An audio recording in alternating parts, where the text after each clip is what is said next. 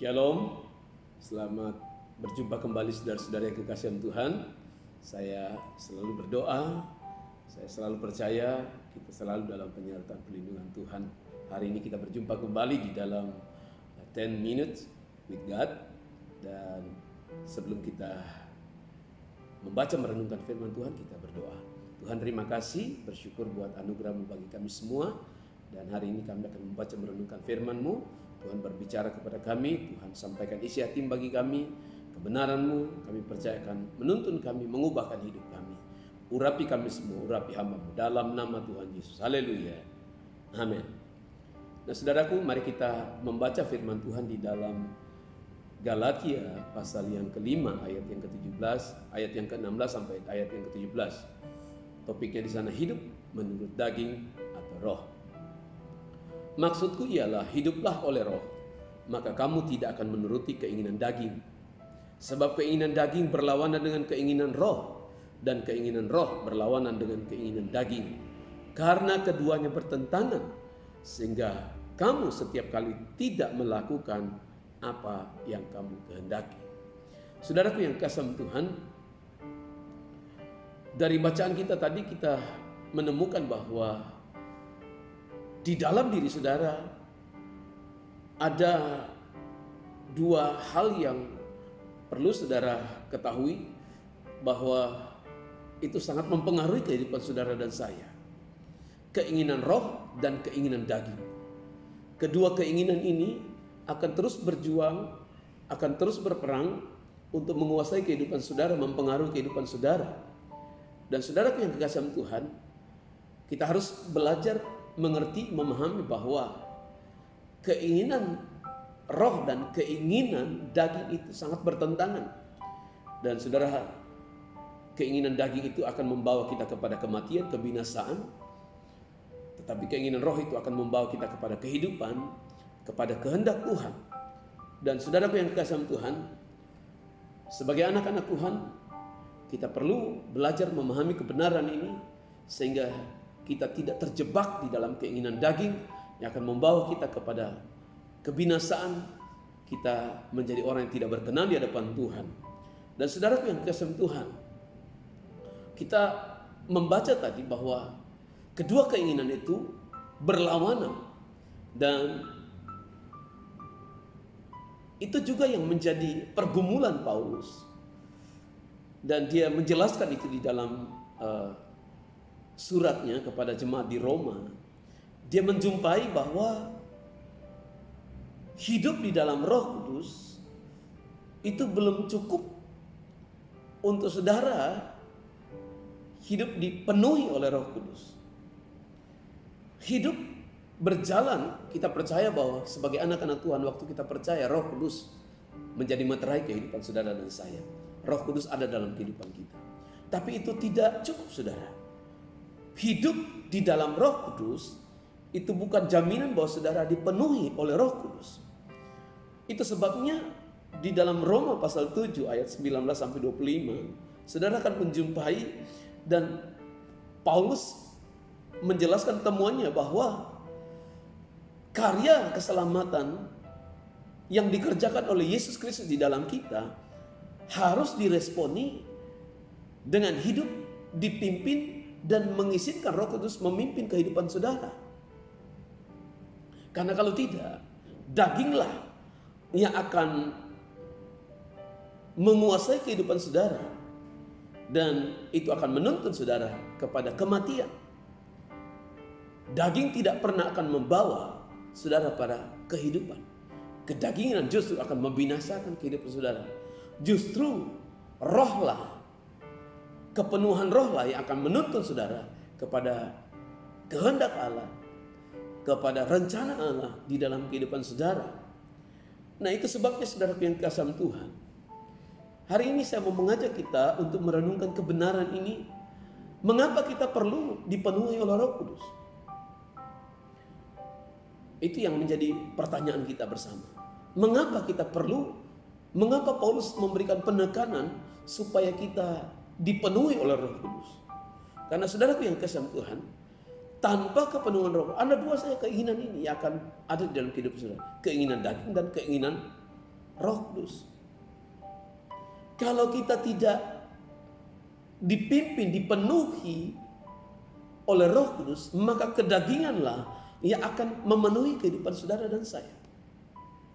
Dan saudaraku yang kasih Tuhan, kalau kita membaca di dalam Galatia pasal 5 ayat 19 sampai 21, Paulus menjelaskan ketika keinginan daging itu memenuhi kehidupan kita, maka yang nampak adalah apa?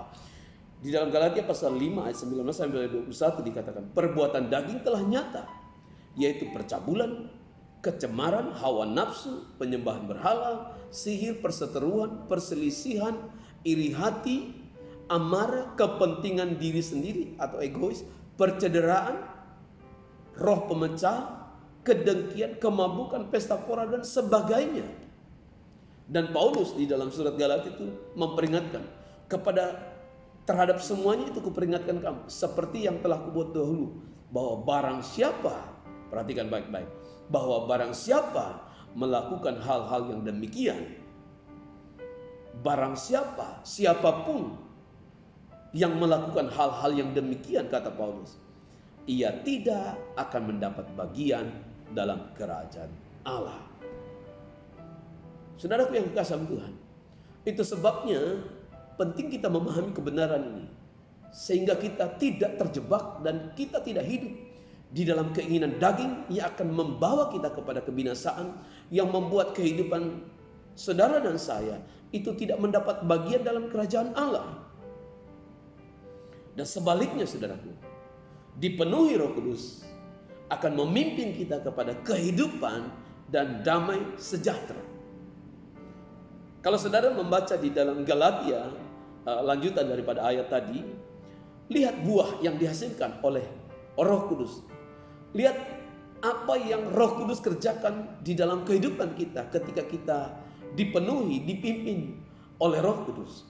Di dalam Galatia pasal 5 ayat 22 sampai 23 berkata, tetapi buah roh ialah, ini yang dihasilkan oleh Roh Kudus di dalam kehidupan saudara ketika dia memenuhi, mengontrol kehidupan saudara.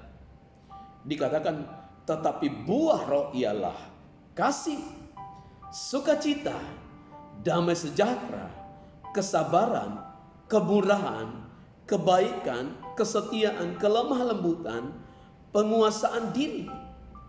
Tidak ada hukum yang menentang hal-hal itu. Nah, saudaraku yang dikasihi Tuhan, ketika kita mengizinkan Roh Kudus memenuhi kehidupan kita, maka yang seharusnya nampak dari kehidupan kita adalah kasih, sukacita, damai sejahtera, dan seterusnya. Roh Kudus akan menuntun kita kepada seluruh kebenaran. Roh Kudus akan membuat kita menjadi orang Kristen yang berdampak bagi dunia ini. Roh Kuduslah yang akan menuntun saudara menjadi saksi Kristus di dalam kehidupan saudara dan saya. Semua orang bisa mengaku dipenuhi oleh Roh Kudus. Semua orang bisa mengaku bahwa saya orang Kristen sejati. Tetapi saudara yang kasih Tuhan, apakah buah kehidupan saudara sudah menunjukkan bahwa Roh Kuduslah yang memenuhi kehidupan saudara? Karena Yesus pernah berkata, dari buahnya lah engkau dikenali. Dari apa yang saudara lakukan, apa yang saudara keluarkan dari kehidupanmu, itulah yang menjadi identifikasi dari kehidupan saudara. Apakah saudara dipenuhi oleh Roh Kudus ataukah saudara dikuasai oleh kedagingan? Ada banyak orang bisa berkata, saya ini dan itu, saya orang begini, saya demikian dan seterusnya. Tetapi saudaraku yang dikasihi Tuhan, buah yang saudara hasilkan dari kehidupanmu itu tidak akan pernah berbohong. Itulah yang akan membuktikan bahwa saudara dipimpin oleh Roh Kudus atau saudara dipimpin oleh kedagingan. Itu sebabnya saudaraku yang dikasihi Tuhan, mari kita belajar untuk kita mengizinkan Roh Kudus menuntun kita untuk kita melakukan kebenaran dalam kehidupan kita, sehingga yang nampak dari kehidupan kita adalah buah-buah roh yang akan nyata bagi dunia ini, yang itu menjadi kesaksian bagi banyak orang, sehingga melalui kehidupan saudara nama Tuhan dipuji dan dimuliakan. Kristuslah yang nampak di dalam kehidupan saudara dan saya. Yang kedua, mengapa kita perlu dipimpin oleh Roh Kudus, dipenuhi oleh Roh Kudus? Karena itulah yang Tuhan kehendaki bagi saudara dan saya.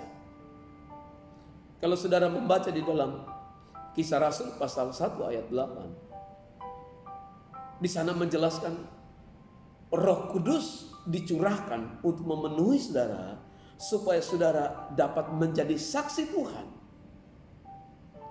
supaya saudara dapat menjadi kesaksian bagi dunia ini.